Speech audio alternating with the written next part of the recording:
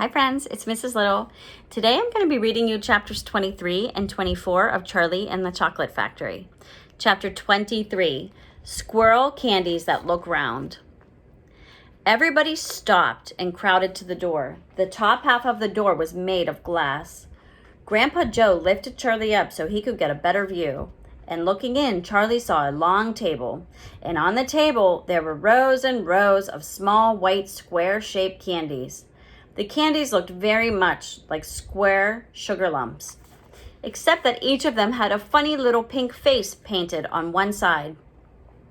At the end of the table, a number of Oompa Loompas were busily painting more faces on more candies. "There you are," cried Mr. Wonka. "Square candies that look round." "They don't look round to me," said Mike Teavee. "They look square," said Veruca Salt. "They look completely square." "But they are square," said Mr. Wonka. "I never said they weren't." "You said they were round," said Veruca Salt. "I never said anything of the sort," said Mr. Wonka. "I said they looked round." "But they don't look round," said Veruca Salt. "They look square." "They look round," insisted Mr. Wonka. "They most certainly do not look round," cried Veruca Salt. "Veruca, darling," said Mrs. Salt, "pay no attention to Mr. Wonka. He's lying to you." "My dear old fish," said Mr. Wonka, "go and boil your head." "How dare you speak to me like that?" shouted Mrs. Salt. "Oh, do be quiet," said Mr. Wonka. "Now watch this." He took a key from his pocket and unlocked the door and flung it open, and suddenly, at the sound of the door opening, all the rows and rows of little square candies looked quickly round to see who was coming in. The tiny faces actually turned toward the door and stared at Mr. Wonka. Here's a picture of the square candies that look around. They don't look round like a circle, they look around. They have little eyes. "There you are," he called triumphantly. "They're looking round. There's no argument about it. They are square candies that look round." "By golly, he's right," said Grandpa Joe. "Come on," said Mr. Wonka, starting off down the corridor. "On we go. We mustn't dawdle." Chapter 24, Veruca in the Nut Room.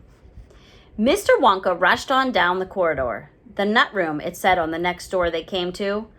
"All right," said Mr. Wonka. "Stop here for a moment and catch your breath, and take a peek through the glass panel of this door, but don't go in.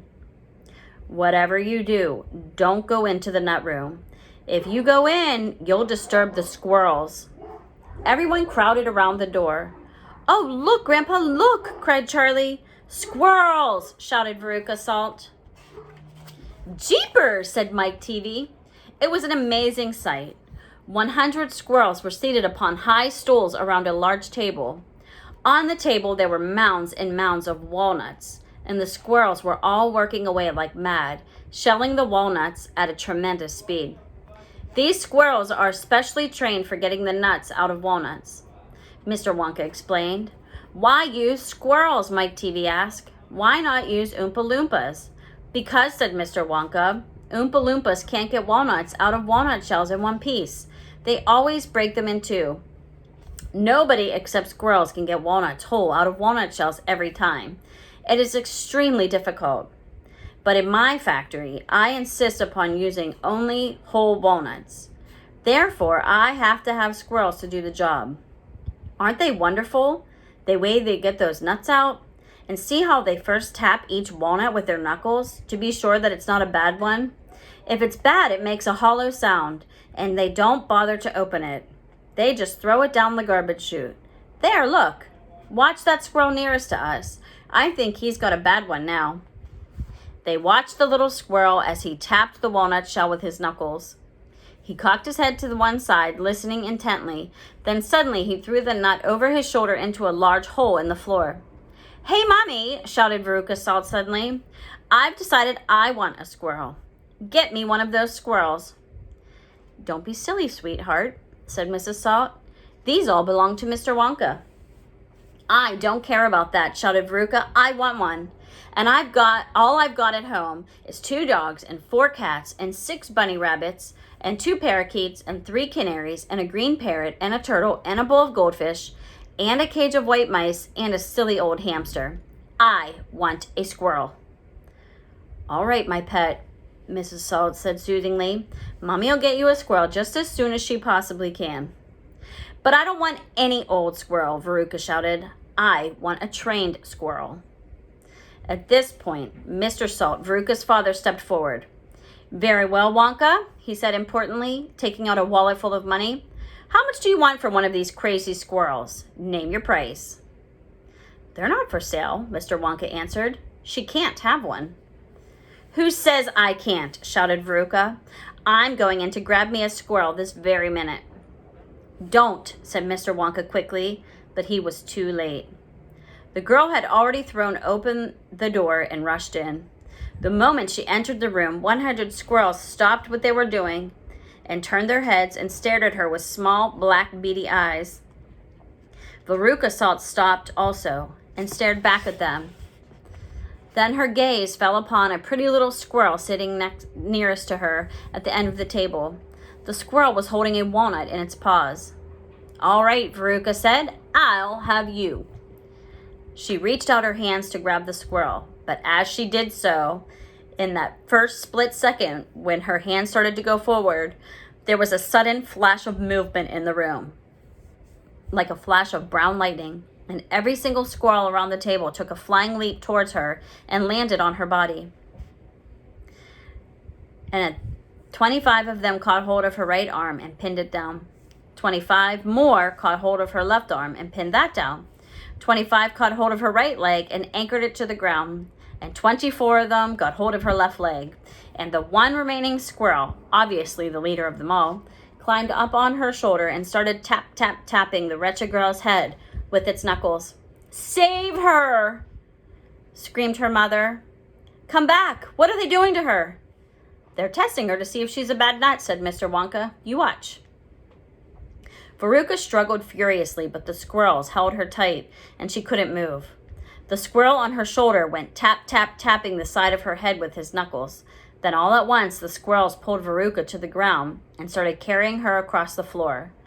"My goodness, she is a bad nut after all," said Mr. Wonka.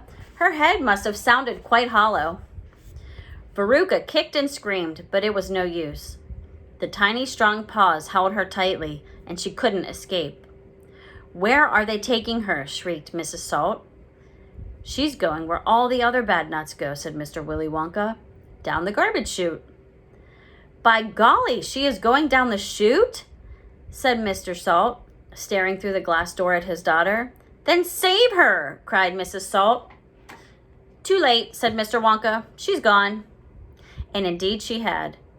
"But where?" shrieked Mrs. Salt, flapping her arms. "What happens to the bad nuts? Where does the chute go to?" "That particular chute," Mr. Wonka told her, "runs directly into a great big main garbage pipe, which carries away all the rubbish from every part of the factory. All the floor sweepings and potato peelings and rotten cabbages and fish heads and stuff like that." "Who eats fish and cabbage and potatoes in this factory, I'd like to know," said Mike Teavee. "I do, of course," answered Mr. Wonka. "You don't think I live on cacao beans, do you?" But, shrieked Mrs. Salt, "where does the great big pipe go to in the end?" "Why, to the furnace, of course," Mr. Wonka said calmly. "To the incinerator." Mrs. Salt opened her huge red mouth and started to scream. "Don't worry," said Mr. Wonka. "There's always a chance that they've decided not to light it today." "A chance?" yelled Mrs. Salt. "My darling Veruca, she'll be sizzled like a sausage." And here's Mrs. Salt and Mr. Salt talking to Mr. Wonka. "Quite right, my dear," said Mr. Salt. "Now see here, Wonka," he added. "I think you've gone just a shade too far this time. I do indeed. My daughter may be a bit of a frump. I don't mind admitting it, but that doesn't mean you can roast her to a crisp. I'll have you know, I'm extremely cross about this. I really am." "Oh, don't be cross, my dear sir," said Mr. Wonka. "I expect she'll turn up again sooner or later. She may not even have gone down at all. She may be stuck in the chute just below the entrance hole. And if that's the case, all you'll have to do is go in and pull her up again. Hearing this, both Mr. and Mrs. Salt dashed into the nut room and ran over to the hole in the floor and peered in. "Veruca!" shouted Mrs. Salt. "Are you down there?" There was no answer. Mrs. Salt bent further forward to get a closer look. She was now kneeling right on the edge of the hole with her head down and her enormous behind sticking up in the air like a giant mushroom. Here's a picture. It was a dangerous position to be in. She needed only one tiny little push, one gentle nudge in the right place, and that is exactly what the squirrels gave her. Over she toppled into the hole head first, screeching like a parrot. "Good gracious me," said Mr. Salt as he watched his fat wife go tumbling down the hole. "What a lot of garbage there's going to be today." Excuse me. He saw her disappearing into the darkness. "What's it like down there?" he called out. He leaned further forward. This is Mr. Salt here, looking down the hole after his wife fell in. The squirrels rushed up behind him. "Help!" he shouted. But he was already toppling forward, and down the chute he went, just as his wife had done before him and his daughter. "Oh dear," cried Charlie, who was watching with the others through the door. "What on earth's going to happen to them now?" "I expect someone will catch them at the bottom of the chute," said Mr. Wonka. "But what about the great fiery incinerator?" asked Charlie. "They only light it every other day," said Mr. Wonka. "Perhaps this is one of the days when they let it go out. You never know. They might be lucky." "Shh," said Grandpa Joe. "Listen. Here comes another song." From far away down the corridor came the beating of the drums. Then the singing began. "Veruca Salt," sang the Oompa Loompas. "Veruca Salt, the little brute, has just gone down the garbage chute. And as we very rightly thought that in a case like this we ought to see the thing completely through, we've polished off her parents too. Down goes Veruca down the drain. And here, perhaps, we should explain that she will meet, as she descends, a rather different set of friends. To those that she has left behind, these won't be nearly so refined. A fish head, for example, cut this morning from a halibut. Hello, good morning, how do you do? How nice to meet you, how are you? And then a little further down, a mass of others gather round. A bacon rind, some rancid lard, a loaf of bread gone stale and hard, a steak that nobody could chew, an oyster from an oyster stew, some liverwurst, some old and gray, one smelled it from a mile away, a rotten nut, a reeky pear, a thing the cat left on the stair, and lots of other things as well, each with a rather horrid smell. These are Veruca's newfound friends that she will meet as she descends, and this is the price she has to pay for going so very wrong astray. But now, my dears, we think you might be wondering, is it really right that every single bit of blame and all the scolding and the shame should fall upon Veruca Salt? Is she the only one at fault? For those she's spoiled, and dreadfully so. A girl can't spoil herself, you know. Who spoiled her then? Ah, who indeed? Who pandered to her every need? Who turned her into such a brat? Who are the culprits? Who did that? Alas, you needn't look so far to find out who these sinners are. They are, and this is very sad, her loving parents, Mom and Dad. And that is why we're glad they fell into the garbage chute as well. And that's the end of chapters 23 and 24. Have a good day. Bye.